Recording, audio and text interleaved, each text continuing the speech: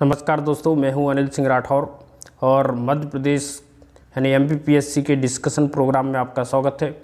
इस प्रोग्राम के अंतर्गत यानी 2020 में जो एग्ज़ाम हुआ है उसका ये अंतिम डिस्कशन है।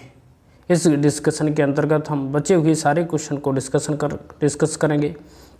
इसका उद्देश्य यही था कि जो बदलता हुआ एग्ज़ाम का पैटर्न है उससे आप पहचान करके आगे जो नवंबर में होने वाला PCS एग्ज़ाम है, MPPCS का एग्ज़ाम है, उसके लिए आप तैयारी कर सकें।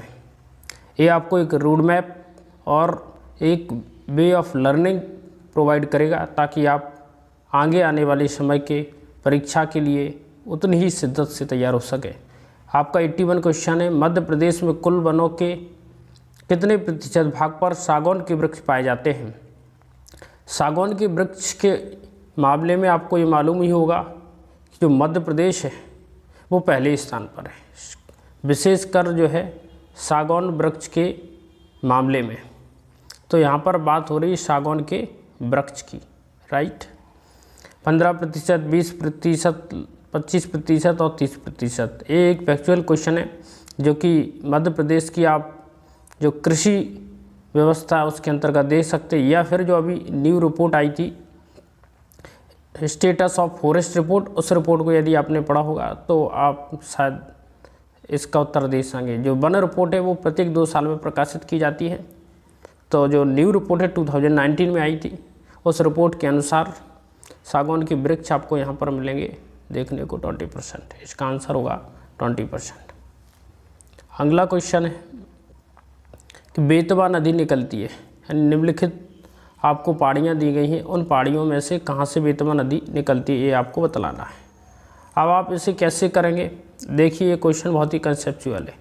बेतवा नदी, सबसे पहले ऑप्शन देखिए पश्चिमी घाट। क्या इसका आंसर पश्चिमी घाट हो सकता है? बेतवा नदी मध्य प्रदेश में प्रभावित हो सकती है, तो क्या मध्य प्रदेश में पश्चिमी घाट है? तो कहेंगे बिल्कुल नहीं है, तो ए एलिमिनेट हो जाएगा, तो पश्चिमी घाट एलिमिनेट हो जाएगा। अब है अरावली पहाड़ियाँ। अरावली पहाड़ियाँ आपको राजस्थान में देखने को मिलेंगी, जबकि बेतवा नदी मध्य प्रदेश की प्रमुख नदी है, इसलिए ए भी एलिमिनेट हो गया। अब विंध्य पहाड़ियाँ हैं और सतपुड़ा पर्वत। अब आप इसमें थोड़ा कन्फ्यूज हो सकते हैं, लेकिन आपको एक बात मालूम होना चाहिए। वो बात कौन सी है? वो बात है कि सबसे ऊपर आपको, अगर आप नॉर्थ इंडिया से जाएंगे, विंध्याचल पर्वत श्रेणी मिलेगी, फिर नर्मदा घाटी मिलेगी यानी नर्मदा नदी मिलेगी, फिर आपको सतपुड़ा पर्वत मिलेगी। यानी सतपुड़ा से जो नदियाँ निकलेंगी वो महाराष्ट्र की ओर जाएंगी, गुजरात और खंबात की खाड़ी की ओर प्रभावित होगी। केवल विंध्य श्रेणी से प्रभावित होने वाली नदियाँ ही आगे जाएंगी, जो चंबल, कैन आदि में मिल सकती हैं। तो स्वाभाविक रूप से इसका आंसर जो होना चाहिए, आपको ये भी मालूम है कि बेतवा नदी है, फिर सतपुड़ा पर्वत है और फिर इधर ताप्ती नदी है। तो यानी कि विंध्याचल पर्वत से लेकर सतपुड़ा के बीच में आपको कोई भी नदी नहीं दिखेगी, क्योंकि यहाँ पर कौन सी नदी मिलेगी आपको? नर्मदा नदी और ताप्ती नदी। इसलिए इसका जो करेक्ट आंसर होगा वो आपको देखने को मिलेगा विंध्य पहाड़ियाँ।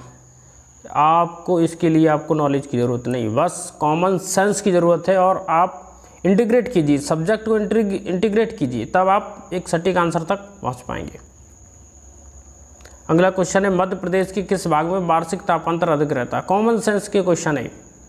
आपको मालूम है कि जो भारत है उस भारत के मध्य में से होकर निकलती है कर्क रेखा, और कर्क रेखा भारत को 2 भागों में बांट देती है, उत्तरी भारत और दक्षिणी भारत। और यही कारण है कि कर्क रेखा के गुजरने के कारण जो है दक्षिणी भारत विषुवत रेखा की ज़्यादा करीब हो जाता है, इसलिए दक्षिणी भारत में आपको टेम्परेचर उत्तरी भारत की तुलना में अधिक देखने को मिलेगा, पहली चीज़।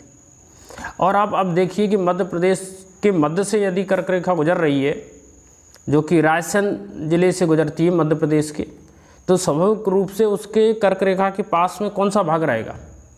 और जो भाग कर्क रेखा के पास में रहेगा, चूँकि कर्क रेखा एक ट्रॉपिकल लाइन है जो कि गर्म रेखा है, तो वो भाग आपस बिल्कुल ही गर्म होगा। पूर्वी भाग, पश्चिमी भाग, उत्तरी भाग, दक्षिणी भाग। तो आपको पता है कि उत्तर भारत का पठार यानी उत्तरी पठार, या मध्य प्रदेश में उत्तरी जो पठार है, यानी कि जिसके अंतर्गत आने वाले क्षेत्र हैं भिंड, मुरैना, श्योपुर, ग्वालियर यानी चंबल संभाग और ग्वालियर संभाग, ये उत्तरी पठार के अंतर्गत आते हैं। यहाँ पर आपको टेम्परेचर सर्वाधिक देखने को मिलेगा। ये कॉमन सेंस से भरा क्वेश्चन था। अगला क्वेश्चन है, मध्य प्रदेश में ग्रीष्म ऋतु में औसत तापमान बढ़ता है। आप ये बताइए, ग्रीष्म, आपको थोड़ा अंडरलाइन करने की ज़रूरत है। पहली बात है मध्य प्रदेश की बात हो रही, दूसरी ग्रीष्म ऋतु की बात हो रही, औसत तापमान की बात हो रही। आप देखो, जब ग्रीष्म ऋतु होती है, गर्मी होती है, जून का महीना होता है, तो क्या होता है कि सूर्य है वो उत्तरायण होता है, यानी कि विषुवत रेखा से उत्तर की ओर सूर्य गति कर रहा होता है। पृथ्वी के घूर्णन के कारण सूर्य उत्तरी ध्रुव में आपको उत्तरी गोलार्ध में देखने को मिलेगा। तो उत्तरी गोलार्ध में आपको देखने को मिलेगा। इसका मतलब है कि यदि हम दक्षिण से उत्तर की ओर जाएंगे तो टेम्परेचर कम से बढ़ता हुआ देखने को मिलेगा। तो उत्तर होगा आपका, ग्रीष्म ऋतु में औसत तापमान बढ़ेगा उत्तर से दक्षिण की ओर, पूर्व से पश्चिम की ओर, दक्षिण से उत्तर की ओर। बिल्कुल सही है, इसका करेक्ट आंसर होगा दक्षिण से उत्तर की ओर। अगला क्वेश्चन देखते हैं।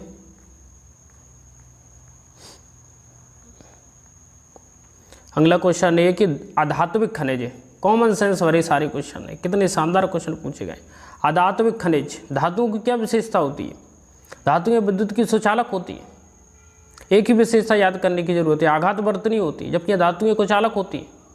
अब संगमरमर लीजिए, क्या संगमरमर में विद्युत धारा प्रवाहित होती? नहीं, तो हो गया आंसर संगमरमर। मैग्नीज, सीसा, चांदी सब मालूम है कि धातु खनिज है, क्योंकि इनकी वायर बनाई जा सकती है और इलेक्ट्रिसिटी कंडक्ट की जा सकती है। बिल्कुल सिंपल क्वेश्चन है, कॉमन सेंस से भरे क्वेश्चन, कितने शानदार क्वेश्चन। मनुष्य में कितने जोड़ी कपाल तंत्र कहाँ पाई जाती है? बायोलॉजी का क्वेश्चन है, लूसेंट पढ़ा होगा तो सही हो जाएगा। सिंपल क्वेश्चन है, 12 जोड़ी कपाल तंत्र कहाँ पाई जाती है। अगला क्वेश्चन, किसी भी पारिस्थितिकी तंत्र में ऊर्जा का पिरामिड कैसा होता है?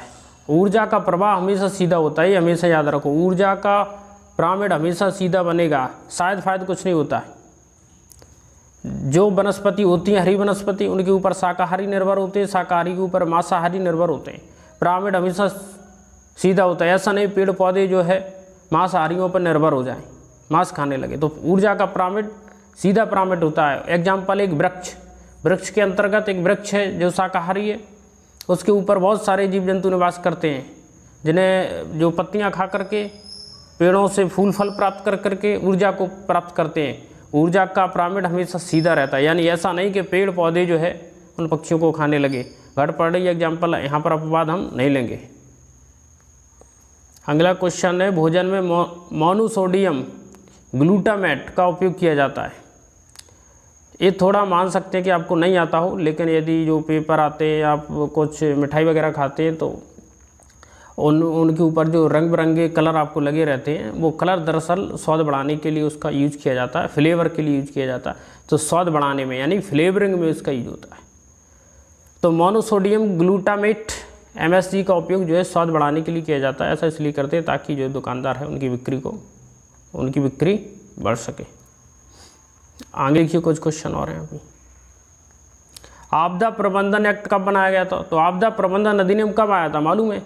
आपदा प्रबंधन अधिनियम भारत की संसद के द्वारा निर्मित किया गया अधिनियम है, जिसकी प्रस्तावना 2005 में की गई थी। तो आपदा प्रबंधन अधिनियम, डिजास्टर मैनेजमेंट एक्ट 2005 में आया।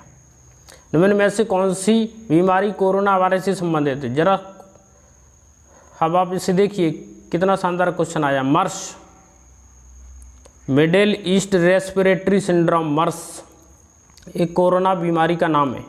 SARS, severe acute respiratory syndrome एक बीमारी का नाम है। कोविड-19 लेटेस्ट बीमारी का नाम मालूम है? तो इसका जो करेक्ट आंसर होगा वो कहेंगे कि सभी बीमारियों के नाम है, सभी कोरोना वायरस से होने वाली बीमारी है। कन्फ्यूज नहीं होना, मर्स, सार्स ये वेस्ट एशिया में पहले ही आ चुकी बीमारियां हैं। अगला क्वेश्चन है, किस प्रकार की माध्यमिक मेमोरी कौन सी नहीं है? एक थोड़ा ध्यान देने की बात है, माध्यमिक मेमोरी नहीं है, यानी कि प्राइमरी मेमोरी है। प्राइमरी मेमोरी कौन होती है? रैंडम एक्सेस मेमोरी, रैम, बिल्कुल सही है। अगला क्वेश्चन, XML का पूरा नाम है। अब ये तो जो आपको पता है तो आप कर पाएंगे, एक्सटेंसिबल मार्कअप लैंग्वेज इसका सही आंसर रहेगा।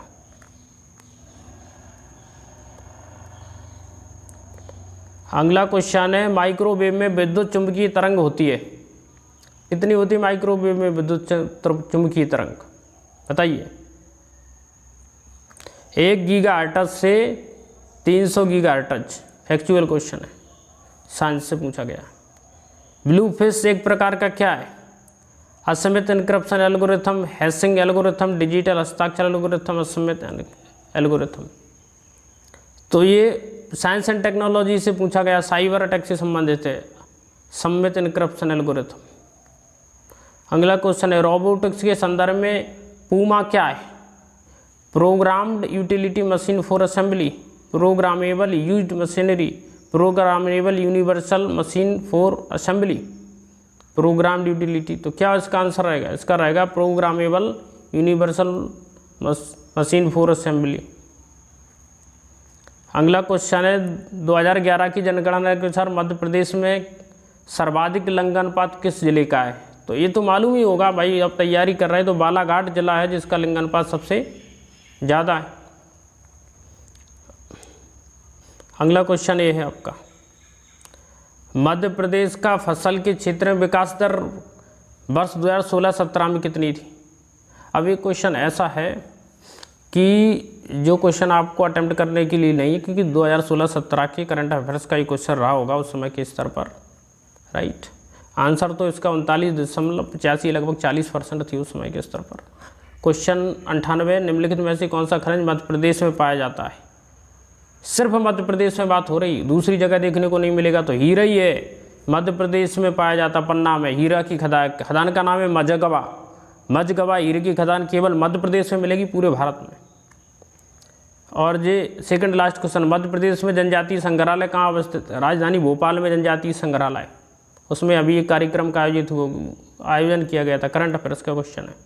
लेकिन जनजातीय संग्रहालय केवल अकेला पूछे तो भोपाल आंसर रहेगा, लेकिन अगर जनजाति के साथ उनके निर्माता का भी शब्द लगाओ तो उसका आंसर छिंदवाड़ा हो जाएगा। आकांक्षी योजना किससे संबंधित है? अब बताइए, अनुसूचित जनजातियों के छात्रों की प्रतिस्पर्धात्मक परीक्षाओं के हेतु कोचिंग देने के लिए, अनुसूचित जनजाति छात्रों को खेल हेतु कोचिंग देने के लिए, अनुसूचित जनजातियों में उद्यमता बढ़ाने के लिए। आकांक्षा क्या है हमारी? अगला ऑप्शन और देख लीजिए, उपरोक्त में से कोई नहीं। हमारी आकांक्षा यही है कि जो अनुसूचित जाति जनजाति के लोग हैं वो कंपटीशन में भाग लें और IAS IPS अधिकारी बने और प्रशासन में भागीदारी करें, सरकार की मदद करें और प्रशासनिक उत्तरदायित्व को ग्रहण करें और देश के विकास में योगदान दें। तो आकांक्षी योजना जो है अनुसूचित जनजाति छात्रों को कंपटीशन परीक्षाओं हेतु कोचिंग देने से संबंधित है। लेकिन जो एस्पिरेशनल डिस्ट्रिक्ट है, आकांक्षी जिले, वे योजना अलग है, वो तो नीति आयोग की योजना है। उसका उद्देश्य जो जिले पिछड़े हैं उन्हें आगे बढ़ाना। मेरी समझ से इस प्रोग्राम को आप एंजॉय कर रहे होंगे। प्लीज़ हमारे चैनल को लाइक और सब्सक्राइब करना ना भूलें। अब हम आगे और क्वेश्चन आंसर लेंगे जो इम्पोर्टेंट होंगे, एक सीरीज चालू करेंगे और इसके साथ ही इंडियन पॉलिटी और करंट अफेयर्स के साथ हम आपके सामने मौजूद रहेंगे। नमस्कार, जय हिंद।